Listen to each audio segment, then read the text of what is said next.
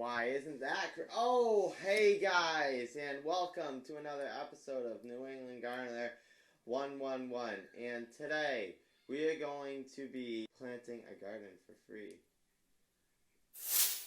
That garden will be free. Free. How exactly am I going to do that? Well, it's going to be quite easy actually. What you need to do is you got some grass, free. So we just can take one of these hoses that we have. You can get it from a local garden center. You can even you might have one lying around. So you can take it, pull down into the ground like this. So this is how you use it. Pull back.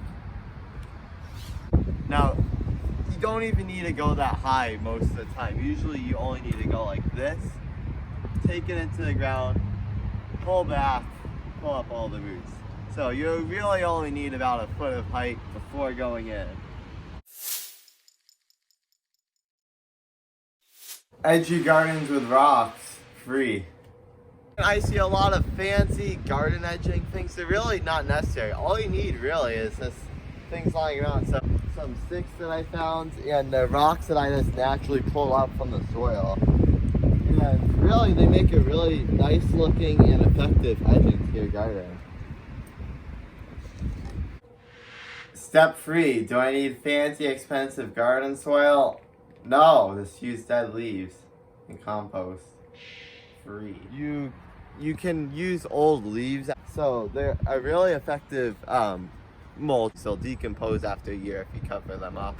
And they'll generally keep out weeds for you. Step 4, manure, free.